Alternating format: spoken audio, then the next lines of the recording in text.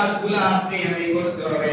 যখন বান্দা আল্লাহ রাব্বুল আলামিনের এক কাজে লিপ্ত হবে, আল্লাহ রাব্বুল আলামিন অধিপতির মালিক পরিপূর্ণ করবে, আল্লাহ রাব্বুল আলামিনকে মুখে স্বীকার করবে, অন্তরে স্বীকার করবে, আমার আল্লাহ রাব্বুল আলামিন ওই বান্দাকে ক্ষমা করে দিবেন। জোরে বলেন সুবহানাল্লাহ।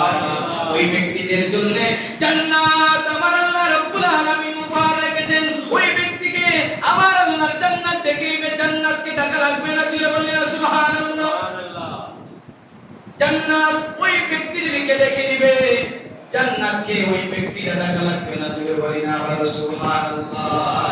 যদি বান্দা আল্লাহ রাব্বুল আলামিনের সেই কৃতিত্বকে সে প্রাধান্য দেয়, আল্লাহ রাব্বুল আলামিনের সমস্ত হুকুমগুলো যদি পালন করে, আল্লাহ রাব্বুল আলামিনকে মনে প্রাণে বিশ্বাস স্থাপন করে, ডাক দেয় বলে আল্লাহ জীবনে কত গুনাহ করেছি আর গুনাহ করব না, জীবনে কত শিরকি কাজ করেছি আর করব না, আল্লাহ তুমি আমাকে ক্ষমা করে দাও।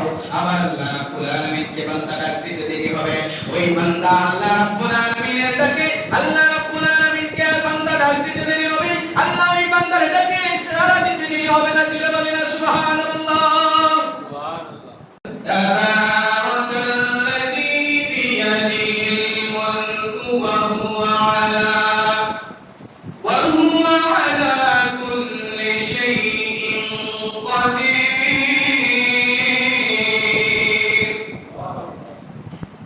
আল্লাহ বলেন মহা মহিমান্বিত তিনি, যার হাতে সর্বভৌমত্ব, সর্বময় কর্তৃত্ব, তিনি সব কিছুর উপর সর্বশক্তিমান, তিনার উপর আর কোনো শক্তিমান নেই। আমরা যদি মনে করি তিনার চাইতে সর্বশক্তিমান অন্য কেউ আছে, তাহলে তার ঈমানও চলে যাবে। আল্লাহ রাব্বুল আলামিন বলেন আল্লাযী খালাকাল মাউতা ওয়াল হায়াতা লিয়াবলুয়াকুম আইয়ুকুম আহসানু আমালা। আল্লাহ বলেন যিনি সৃষ্টি করেছেন মরণময় জীবন, যাতে তোমাদেরকে পরীক্ষা করেন কে তোমাদের মধ্যে কর্মে শ্রেষ্ঠ।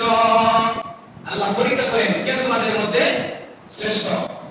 আল্লাহ রাব্বুল আলামিন বলেন ওয়া হুয়াল আজিজুল গফুর।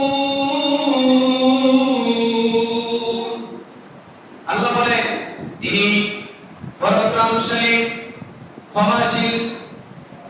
আল্লাহ তার বান্দাকে এত ভালোবাসে, তার বান্দা তার কাছে চাইতে দেরি হয়, রব ক্ষমা করতে দেরি হয় না, তার পাপ মোচন করতে দেরি হয় না।